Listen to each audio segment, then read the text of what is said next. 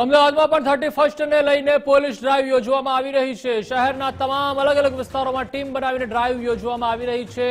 ખાસ કરીને સાબરમતીના ચાંદખેડા વિસ્તારમાં પણ ડ્રાઈવ યોજવામાં આવી। દારૂ પીધેલા તેમજ અસામાજિક તત્વો સામે પોલીસ ડ્રાઈવ। જેસીપી નીરજ ભટ્ટગુજર સહિત અધિકારીઓ તેમાં જોડાયા છે। ખાસ કરીને ઈંડાની લારીઓ પર પણ તપાસ કરવામાં આવી રહી છે।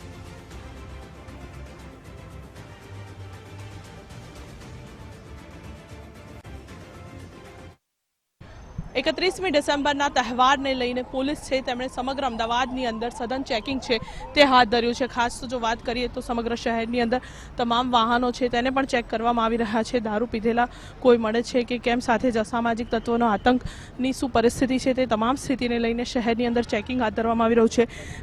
નીરજ ભટ્ટગુજર છે અમદાવાદ શહેરના જેસીપી, તેમની સાથે વાત કરીશું। સર, 31 ડિસેમ્બરને લઈને કેવા પ્રકારનું ચેકિંગ હાથ ધરાઈ રહ્યું છે? 31મી ડિસેમ્બરના જે એક્શન પ્લાન મુજબ આજરોજ સઘન વાહન ચેકિંગનું આયોજન કરવામાં આવેલ છે।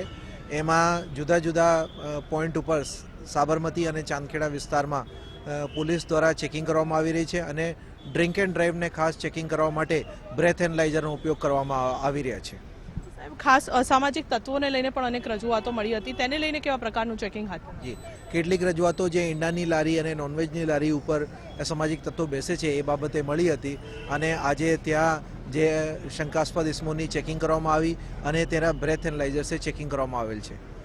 તો ખાસ તો જો વાત કરીએ તો 31st ને લઈને જે ચેકિંગ છે તે હાથ ધરવામાં આવી રહ્યું છે।